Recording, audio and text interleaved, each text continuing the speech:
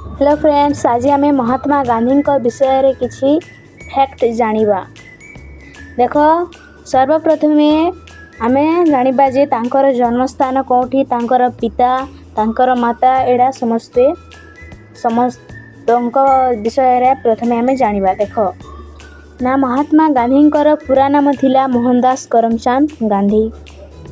समस्ते तांको प्रिय रे बापूजी बोली डाकुथिले एवं तांकर जन्म एक गुजरातर पोरबंदर ठारे 1869 मसीहा अक्टोबर मास 2 तारिख दिन होइथिला।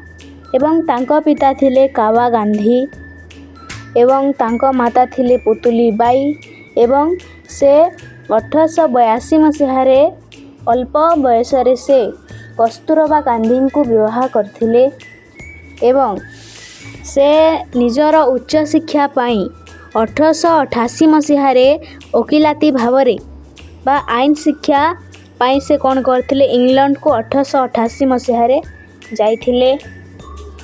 1892 जून मासरे आईन शिक्षा समाप्त परे से प्रथमे बारिस्टर भावरे राजकोट और बॉम्बे ठारे आईन व्यवसाय करथिले। से आउ कोन दादा अब्दुल्ला नामक भारतीय मुसलमान पाई से कौन करथिले ताहार मकदमा लड़िबा पाई से दक्षिण आफ्रिका को जाइथिले।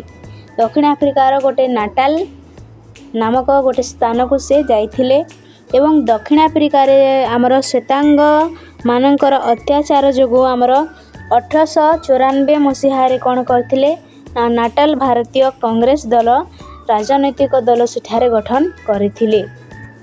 तांकर राजनैतिक गुरु थिले गोपाल कृष्ण गोखले एवं तांको किए एवं काहेकि आमर महात्मा आख्या देथिले ना दक्षिण आफ्रिका रे तांकर महान नीति जोगु विश्वकवि रविंद्रनाथ ठाकुर तांको एही आख्या देथिले। विश्वकवि रविंद्रनाथ ठाकुर महात्मा गांधी को महात्मा आख्या देथिले। 1916 ख्रीष्टाब्द रे अहमदाबाद निकटरे साबरमती नदी कूलरे एक आश्रम प्रतिष्ठा करथिले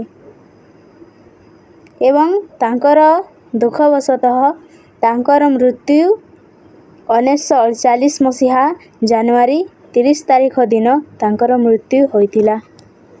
थैंक यू। भल लागिछि बेले लाइक, सब्सक्राइब एवं कमेंट निश्चित भाव रे करिवे।